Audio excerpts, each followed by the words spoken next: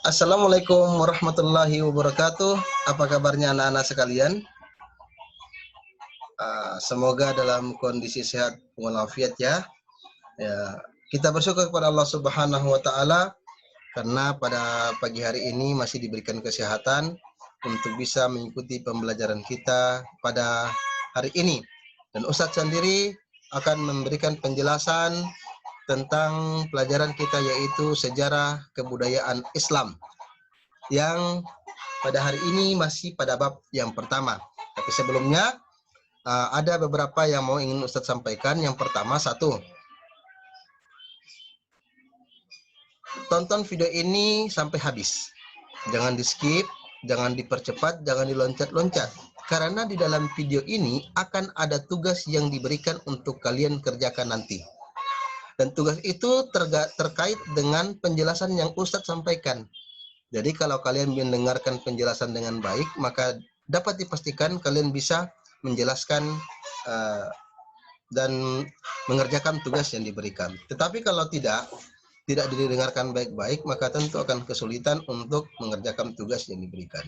Yang kedua, soal latihan yang ada di dalam buku tersebut itu tidak boleh dikerjakan terlebih dahulu. Hanya boleh dikerjakan jika ada perintah, arahan, atau tugas dari guru yang bersangkutan. Dan yang ketiga, jangan lupa di-subscribe di bawah. Udah kayak YouTuber nih. Baik. Enggak, bercanda.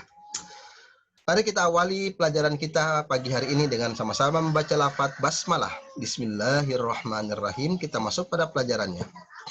Teng tong.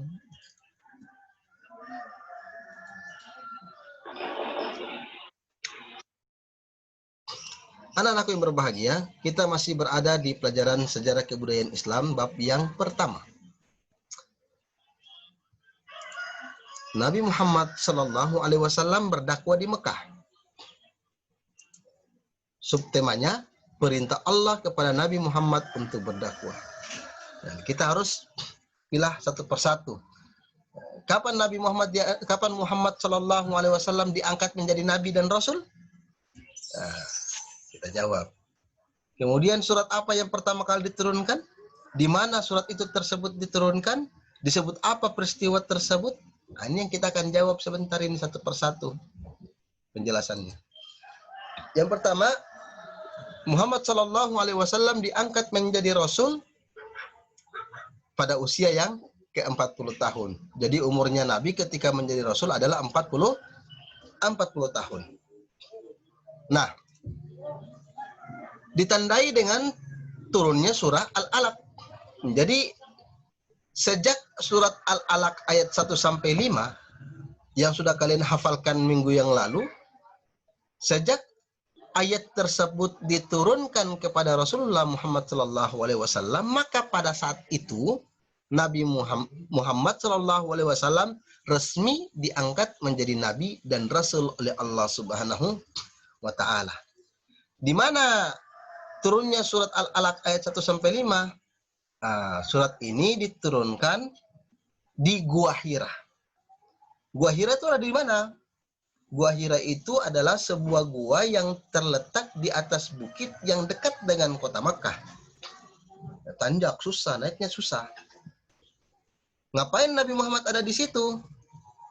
Ya karena Nabi Muhammad SAW mencari tempat yang sepi, jauh dari keramaian untuk merenung. Nah, ini disebut sebagai uzlah. Dari Nabi Muhammad SAW beruzlah, merenung sendirian. Uzlah artinya menyendiri. Jadi uzlah, ingat ya, uzlah artinya menyendiri. Kenapa Nabi Muhammad menyendiri? Nabi Muhammad sedang mencari jawaban atas problem yang terjadi di masyarakat Quraisy pada saat itu. Apa problemnya? Apa masalahnya? Problemnya adalah rusaknya moral masyarakat Quraisy pada masa itu. Ditandai dengan meningkatnya kemaksiatan, minum minuman keras, mabuk-mabukan sudah menjadi kebiasaan, berjudi dilakukan setiap saat, mengurangi takaran timbangan ketika berdagang di pasar, anak-anak perempuan yang baru dilahirkan dibunuh oleh ayahnya sendiri. Perempuan tidak dihormati dan dijadikan bahan taruhan, luar biasa, hancur. Masyarakat Quraisy pada masa itu adalah masyarakat yang hancur, berantakan, tidak punya tatanan moral, tidak punya aturan sosial yang layak untuk dipergunakan. Maka Nabi Muhammad SAW kemudian bersembunyi, menyendiri di Gua Hira supaya mencari jawaban harus diapakan masyarakat yang seperti ini.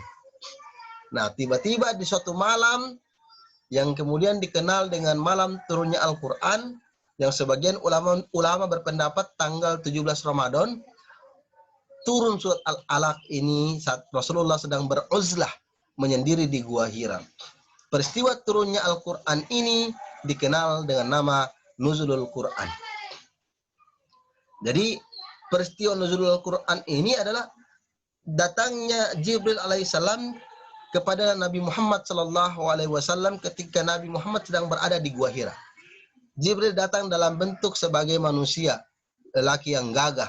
Dia datang kemudian dia berkata kepada Muhammad pada saat itu, "Ya Muhammad, Iqra. Iqra ya Muhammad. Bacalah wahai Muhammad." Nah, dijawab sama Nabi, "Ma ana biqari." Saya ini tidak bisa baca. Akhirnya Jibril memeluk Nabi Muhammad dengan pelukan yang erat sekali. Lalu dilepaskan sama Jibril, kemudian disuruh lagi, "Iqra ya Muhammad. Bacalah wahai Muhammad." Dijawab lagi sama Nabi, "Ma ana biqari." Saya tidak bisa baca.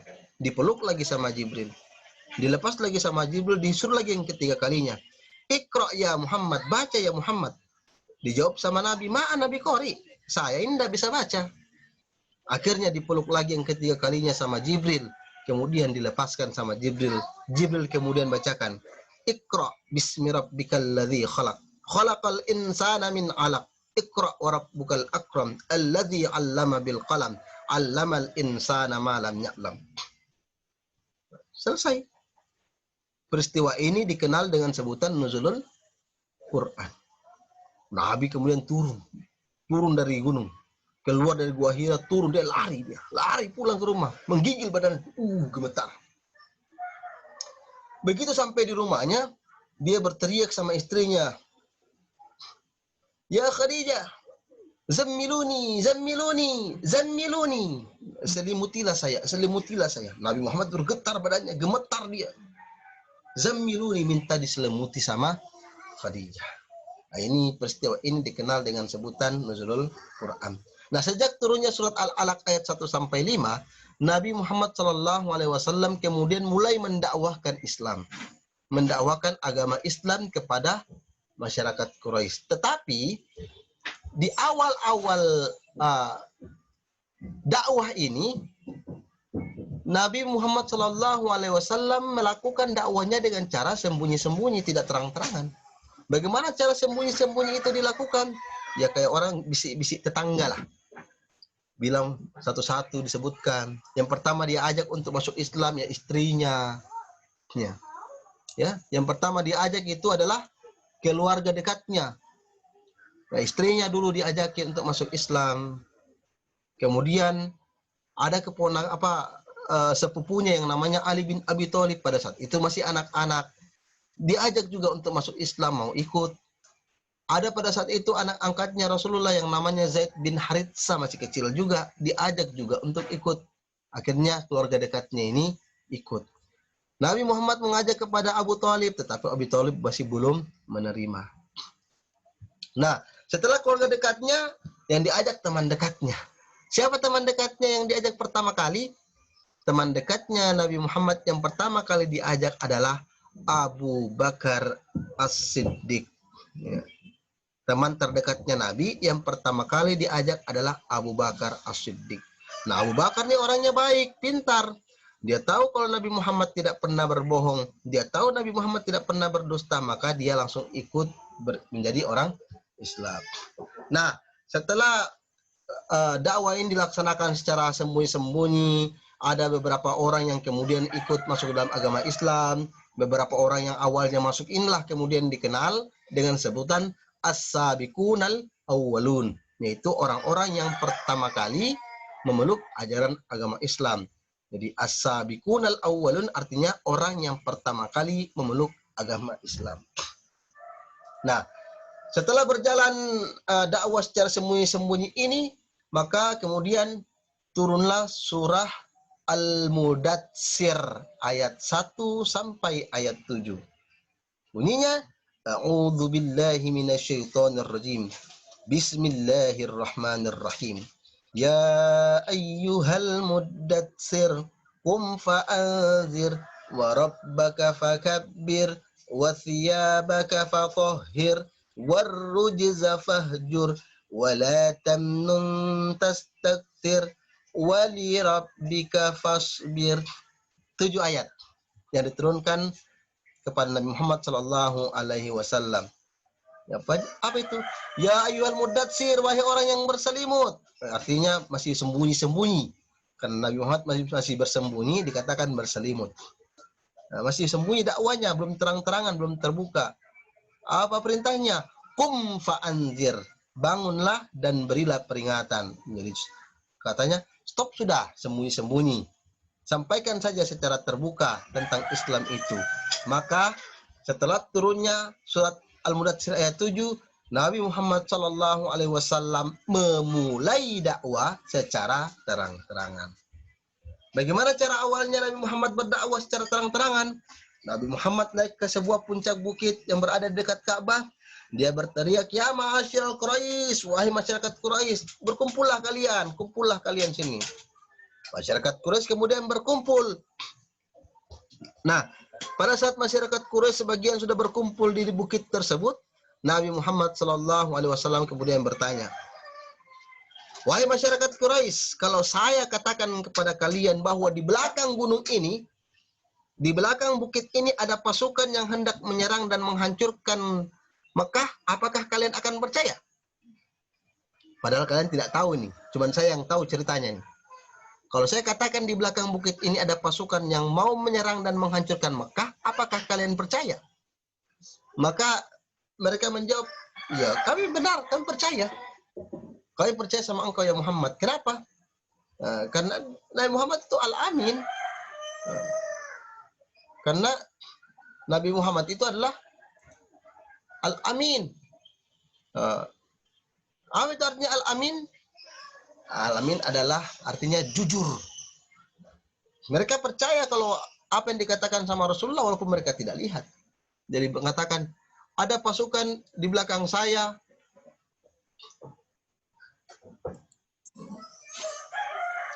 Ada pasukan di belakang bukit ini yang mau menyerang Mekah. Apakah kalian percaya? Ya, kami akan percaya.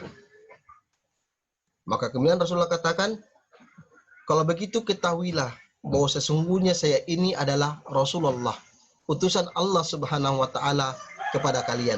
Maka ikutilah saya, tinggalkanlah tagut, tinggalkanlah berhala, sembahlah Allah Subhanahu wa taala. Sebagian masyarakat kemudian terpecah. Ada yang setuju, ada yang tidak setuju, ada yang percaya, ada yang tidak percaya. Ada yang percaya. Oh iya ya, Nabi Muhammad ini kan tidak pernah bohong. Dia selalu jujur dalam berkata-kata. Makanya disebut Al-Amin, itu orang yang jujur. Akhirnya ada yang percaya, ada juga yang tidak percaya. Kemudian Abu Lahab ambil batu, dia ambil batunya, dia lempar, bedak, kena Nabi Muhammad. Dia bilang, tabban laka ya Muhammad, celaka engkau ya Muhammad. Ahadza ijtama'na, apa gara-gara ini kemudian abihadza ijtama'na, apakah gara-gara ini engkau kemudian kumpulkan kami? Dan tabban laka, celakalah engkau. Akhirnya Allah yang turunkan surat Al-Lahab. Tabbat yada, bukan Nabi yang celaka, engkaulah yang celaka Abu Lahab, kata Allah Subhanahu wa taala. Nabi Muhammad mendapatkan julukan Al-Amin setelah mendamaikan suku Quraisy yang hampir berperang karena berebut kemuliaan mengembalikan Hajar Aswad ke tempat semula setelah Ka'bah direnovasi. Jadi pada saat itu masyarakat Quraisy sedang merenovasi, memperbaiki Ka'bah yang rusak terkena banjir. Nah, kemudian mereka rebutan setelah Ka'bah jadi, ini Hajar Aswad siapa yang mau taruh ini? Karena hanya orang-orang tertentu yang mulia yang bisa meletakkan Hajar Aswad ke tempatnya semula. Rebutan sudah mereka, kabilah-kabilah yang ada sekitar Mekah pada saat itu. Rebutan mereka, saya lebih berhak, saya lebih berhak, saya penjaganya, saya melindunginya, begitu segala macamnya. Dan ribut mereka tentang siapa yang mau mengembalikan Hajar Aswad. Lalu kemudian ada yang bilang, baiklah kalau begitu kita tunggu. Kalau ada orang yang masuk pertama kali lewat pintu Masjidil Haram ini, maka dialah yang akan kembalikan Hajar Aswad ke tempatnya semula. Ditunggu, ternyata yang datang pertama kali masuk Muhammad Sallallahu Alaihi Wasallam. Nah, akhirnya mereka setuju, kalau dia yang putuskan, kita percaya karena dialah orang yang jujur. Akhirnya apa? Nabi Muhammad buka selendangnya, diletakkan Hajar Aswad di tengah-tengah selendangnya. Semua kepala-kepala suku kabilah itu pegang sisi daripada kain selendang itu. Jadi semuanya pegang, semuanya ngangkat. Ayo, 1, 2, 3, diangkat sama-sama. Nah, begitu dekat dengan tempatnya Hajar Aswad, diangkat sama Rasulullah, kemudian diletakkan. Jadi semua kabilah meletakkan Hajar Aswad secara bersamaan. Cerdasnya Nabi Muhammad SAW. Nah, itu. Jadi sejak saat itu, Nabi Muhammad mendapatkan julukan Al-Amin, orang yang dipercaya. Baik. Tugasnya kalian adalah, yang pertama, buatkan video singkat yang menjelaskan tentang nuzulul wahyu. Nuzulul Quran, ya. Nuzulul Quran. Yang seperti Ustadz jelaskan di awal tadi tentang nuzulul Quran.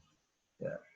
Kejadian-kejadian nuzulul Quran tentang Jibril datang dan segala macamnya. Kalian ceritakan ulang dengan versi kalian sendiri atau mengikuti yang Ustadz jelaskan, silahkan. Boleh. Ustadz tunggu nanti video singkatnya hari ini sampai jam 10 malam. Kehadiran ditentukan dengan yang mengumpulkan tugas. Yang mengumpulkan tugas dianggap hadir, yang tidak mengumpulkan dianggap tidak hadir. Tugas yang kedua, kalau tugas yang pertama berbentuk video, tugas yang kedua adalah, ini dia. Di dalam buku kalian ada tugas ini. Bacaan surat Al-Alaq ini. Tugas kalian adalah menuliskan kembali di buku kalian, kemudian difoto, lalu dikirimkan bersamaan dengan tugas video tadi. Jangan lupa sertakan namanya dan kelasnya, supaya tidak pusing ketika menginput nilai. Baik, itu saja pembelajaran kita pada hari ini. Ustadz berterima kasih sekali kepada kalian semua yang sudah menonton sampai habis, dan semoga kalian bisa mengerjakan tugas ini dengan sebaik-baiknya. Terima kasih, sampai berjumpa kembali. Assalamualaikum warahmatullahi wabarakatuh.